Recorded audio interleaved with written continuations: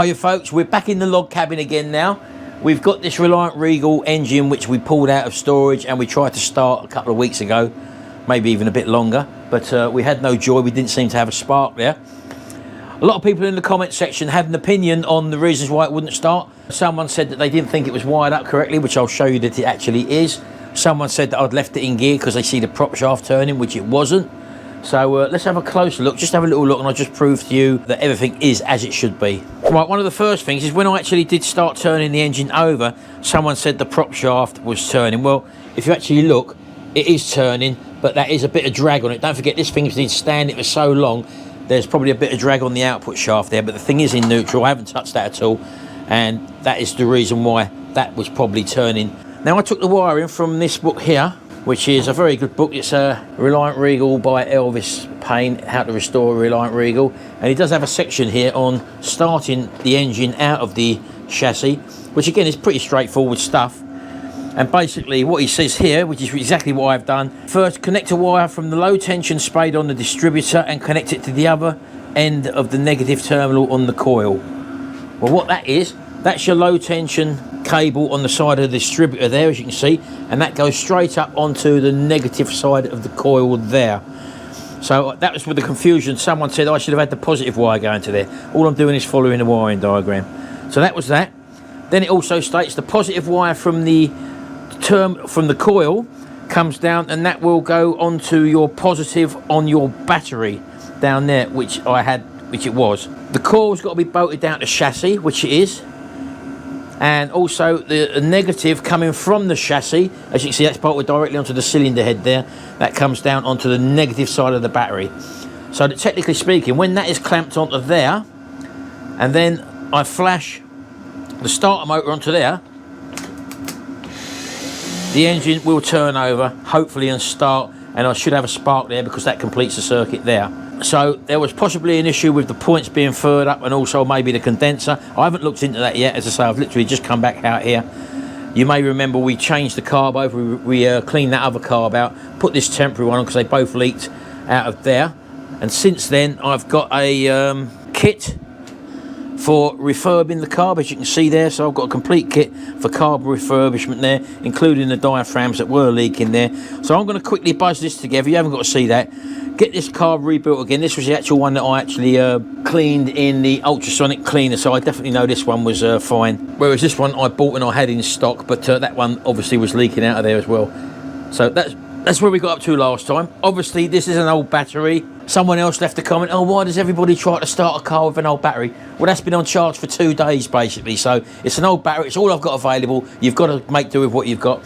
And failing that, I'll put a jump pack on there if I can try and start it. Well, I did have a look through my new parts, which are way back in the log cabin now. I haven't seen them for ages and ages. And I've actually got a new starter motor to go on there. So this one is a bit slow and lazy. So I may get that changed over. And I've also found this as well. Look, more parts I found, which I forgot literally I bought. So I found this box at the back of the garage. Now, obviously the mice have been at it, as you can see, because it's been in there for years. And I know I did have mice in the back of the garage. But I've actually got here, let's get it out, a brand new, if I can get it out, complete distributor electronic ignition module. Look at that, look, absolutely brand new. So we may be fitting that possibly just for the test run if we can't get it going otherwise. So I've got that. I've also got, which I said I didn't realise I had, so there's no reason we can't get this running, I don't think. We've also got a brand new distributor, coil to go with that kit. That one is a non-ballast ignition coil. Someone also mentioned that, oh, maybe you need a balance resistor. Well, not necessarily, no. I've also got, here, look, the mice, look, they've been eating through the paper, look, on that box there, look at that, look. I've also got 4 new spark plugs. And I've also got, in the kit, this all comes as a kit if I remember rightly. Here, look, they've even eaten through that bag, look. And they've even eaten the leads. Look at them brand new leads they've had a go at, look. Look at that, look, you see that, look. Unbelievable. So I'll probably have to get new leads again now. They've gone through to the core, the insulation on that one. Look at that, look. Bloody hell, look. Who would have thought that? So there was a brand new set of leads there, folks, as well. So I've got all that gear as a standby, and all I want to do, as I said to you, is see this engine kick and start. Then I'll be happy that, well, that we can pursue with it. So I'll probably take the head off then, as I say, get the head skin, put a new head gasket on it, clean all the waterways out, all that sort of stuff. But I want to get it running first. Right, I'm going to do that carb, and I'll show you when I've done that, and then we'll fit that carb and take it from there. Right, okay, then I'm back. I've just literally just changed that diaphragm when the one was leaking. I thought I'll save the carb rebuild to once I've actually got it done and near the end of completion. So I've dug out the starter motor again, which I forgot that I'd actually bought. So although it's tarnished a little bit, look, in storage, but yeah, it's a brand new one. Seems to be all right. As you can see, what did I actually pay for that? Yeah, I paid £75 for that. 2019, 19th of Feb 2019, there we go. So I've had that sitting in there over 4 years, didn't know I had it. There you go, there's that. So for the sake of it, I might as well just literally take this one off. There we go, should be two, it's only 2 bolts this, so get these undone. Disconnect the cable at the back of it, and we should be good to go.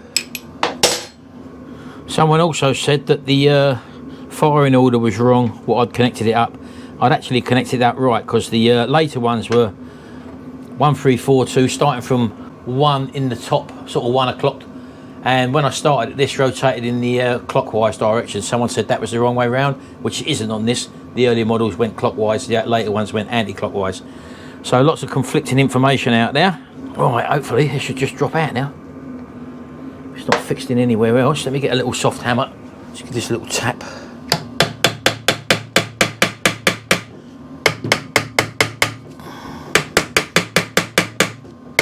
I don't think there's any more bolts in it. There we go. Okay, so that's that.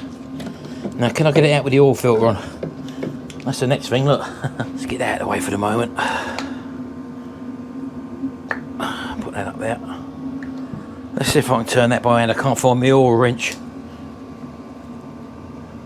It's going to be well tight, isn't it? Of course it is. Always something to blink and stop you, isn't there, folks? Bear with me, I'll come back to you. Right, well, it looks like I didn't need to take the oil filter out. I just managed to give it a little bit of persuasion, and it looks like it's come out. And lucky enough, because I've lost my tool for undoing the oil filter. So all we've got on the back there is 1 terminal. So as you can see, they are identical. So all I'm going to do literally is take this cable off of here, put it onto there, and then shove this one back in the hole. So just give us a second and I'll do that. Right, okay then, I've had to turn my diesel heater off. It's too hot in here now, folks, so let's just try and lever this in.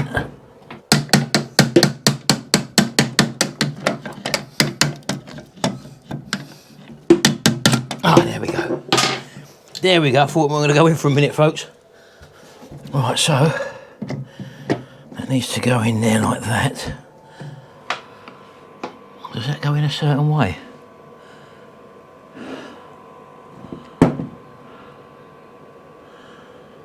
No, it shouldn't do.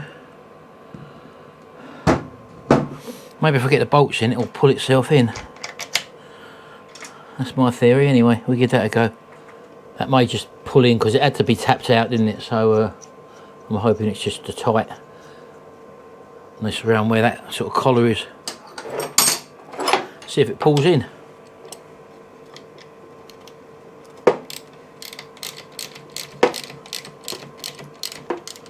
No, it's not.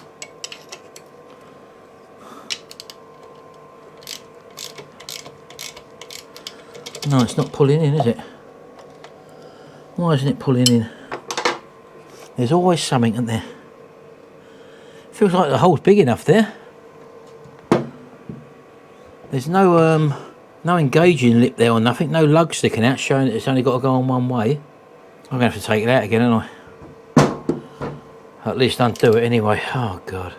These things are sent to test you, folks. See, simple little jobs like this, which no one really shows on restorations, you just see them bolt them stuff together and everything's all okay, and it don't happen like that all the time. And knowing this don't come out very easily don't make my life any easier, and I'm showing you like it as well. Although the lip on this one does look double the sort of, well, a bit longer. So maybe it was fully in, but I think it was in, folks, but I think it's just a bigger lip. Yeah, the lip's nearly twice the length. It was in, but that's not very good for me because it's in, but there's a gap. That should still pull in all right, though. Right, well, I'll tell you what I'm going to do. I'm going to pull them in evenly for the moment because I do know that it's on the lip, and we'll just see how it goes for the moment. There may have to be a spacer that goes in there, which I haven't got. Right, okay, let's just nip that up. Again, I'm not going to over tighten these because it will snap the brackets off, the ears off of the starter motor, and then we'll be back to square one. So I'm not going to go mad on them for the moment. Right, well, that starter motor's in. Let's just give it a flash without the ignition connected, obviously, and just see what that does. Let's pull that battery back over here. Get ready. Can you see? Yep.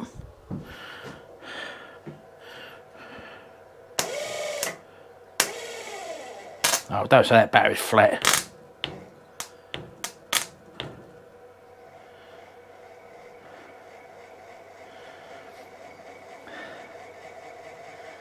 That's a flat battery, innit? Let me get my jump pack, hold on. Right, I've got my topped on here. Again, should have a full charge in it. Let's plug this in. This is only just to test it as a flash test. So, oh look, someone's been at it. Oh dear. Right, it's the next day now, folks, and I've charged up the topped on. So, let's see how we go with this. I just walked out yesterday. I'd had enough. Everything was going wrong. Nothing was going to plan. And I can't put a new battery on because I haven't got one. So I can't take the battery off of my ST220 because that's flat at the moment. I need a new battery on that. Sharon was out, so I couldn't do anything with her car, and I don't really want to take her battery off just for the sake of testing this. So we've got 100% charge in the topped on now. So if I clip this on, where's the positive? Positive to positive. Like that, and negative over on negative. I've just connected up the fuel line as well, and that diaphragm doesn't appear to be leaking, folks. I presume there's fuel in the carb at the moment, but right, okay. So let's see what this does. That's better, isn't it? Wow, that jump pack is really, that little jump pack's made all that difference. Now, choke's on at the moment, but as I say, I don't know if there's any fuel going through to it, so if I need to kill the coil, all I've got to do is pull this lead apart here.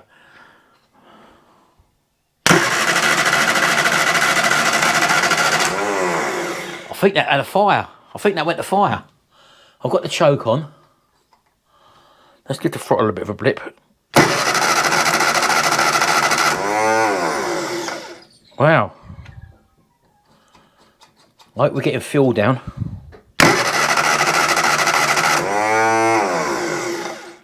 It's turning over all right. So much better with this jump pack, isn't it? I can't go too mad with a jump pack because you're only supposed to do sort of 5-second bursts at the most. So let's just hope we can.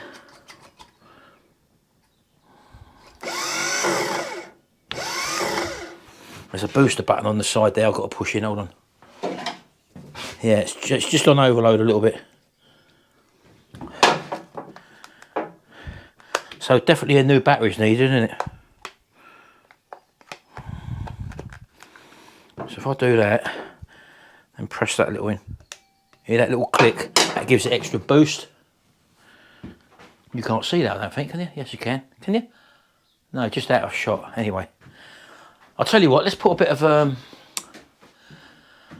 carb spray down in the throat of it, see if it can fire off. It sounded like it tried to fire, didn't it? Let's just put a bit of that down there. Let's open the choke up.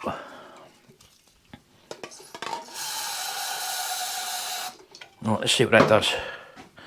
Okay, here we go again, folks. Choke's open now.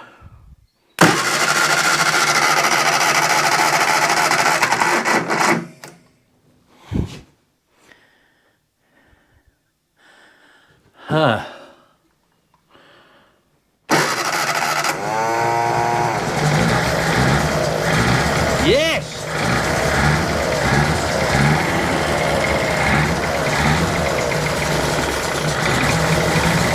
Wow!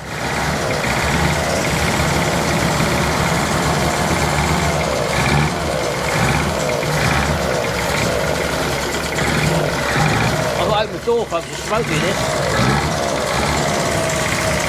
Wow, hold on.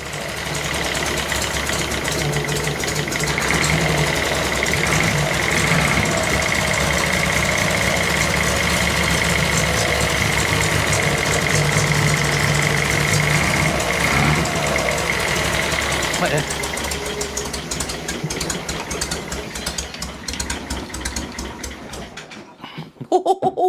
Well, let's get you going again, hold on. Hold on.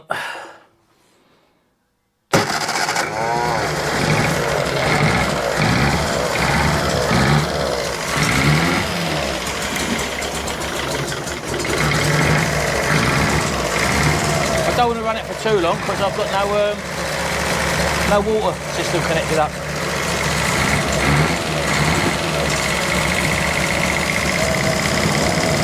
There we go.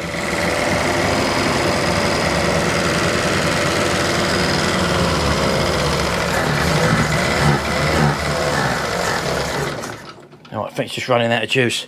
Well, it could be the battery, to be honest with you, because there's no charge going in that battery and it's totally flat. Well, there you go.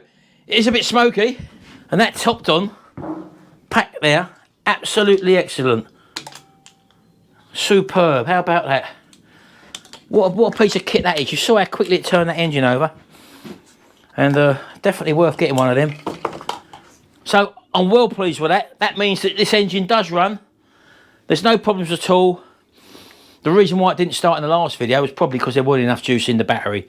The reason why it cut out, I just realised it's run out of petrol. I just went to drain the petrol back into the petrol can, had a look in there, there's no blinking petrol in there. That's the reason it cut out, nothing to do with the battery.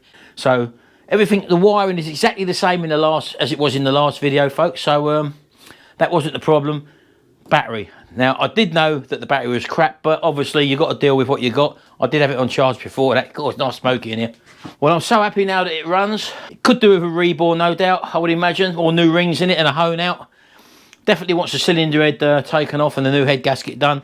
I've also got a brand new clutch to go in that as well. So, well, I'm very, very pleased with that. That means now I can go ahead and work on this engine. The other engine, I'm still going to get prepared and do, but I can do that one at my leisure now because that is a 750cc engine. And I did have the head skim on that one. But as I say, the rest of the engine and the gearbox was unknown. It's covered in dust sitting on my engine stand at the moment, but I can actually work on this one now, knowing that all the ancillaries are there now. I've got to sort out about that starter motor, maybe put some brackets behind it because it does work okay. Maybe put a couple of washers behind it in between. I'll show you what it is, look. As I say, this lip on this one only sticks out, a few millimetres. The lip on this one is sort of double the length, and as you can see, it's not sitting in there fully, although it's hitting that engine, the gearbox there, so it's fully in. So I either have to put a plate in there or just space them out with some spaces. I can't tighten them down fully because they'll just snap off at the brackets there, so that's the reason why I didn't do that. I've got the electronic ignition to go on there, as you can see, but that's working off the original points at the moment, as it was the last time. It is puffing out a bit of smoke out of the top there, which means that the valves could mean lapping in, or as I say, the piston rings need changing and the barrels need honing. So there you go, that's the original 600cc engine. This can now be stripped down, worked on, take the gearbox off. I've got a brand new clutch on there, as I say, and I'm happy as anything. Right, well, I can finally leave this video here now after the disaster in the first part of this video, and keep an eye out. I say I've not been putting many videos out recently. The reason being, obviously, is because our Butler's Empire channel, which is our family channel and cooking channel, is basically taken off, and the weather's not been there. I've not been well for the last sort of month or so. I've had that bloody virus, so I've not felt like coming out of here. The weather's not been here. That's why we've not been getting more videos. But it's nice out today. but hopefully we get a few more out. I've got the ST220 to get back on the road. There's some work on that BMW that Jimmy's got out the front. I've got to finish off painting the rest of the seat parts in there, which we left off from the last time. What else is there? There's some work to do on Sharon's car as well. And I've also got another bi-directional meter, which I'll be testing this week coming up. But it's basically got the Autel software in it. The software is a paid software for it, but with this coupon, they're giving me a coupon. They sent this to me free of charge, this meter, but they wanted me to check it out and give a review on it, which I'm quite happy to do. And they're going to give you, whereas you buy the Autel software for sort of a few £100, I think £600 a year or something silly like that, to keep it updated every year. This is £170 a year, but they give you, through the link which I'm going to put in my description below the video when I do it, you're going to get it for 2 years at £170 for free apparently. So you get 2 free years software, and it is the Autel software. So that's coming up this week, hopefully. And do keep tuned. Have a look at a little backlog of my other videos if you're interested. And there's loads of car repairs, lawnmower repairs, motorcycle stuff. Hopefully things will start to pick up now as the weather gets better. Anyway, thanks very much, folks. I'll see you in the next video. We've heard it running now. Happy days. Thanks for watching. Bye for now.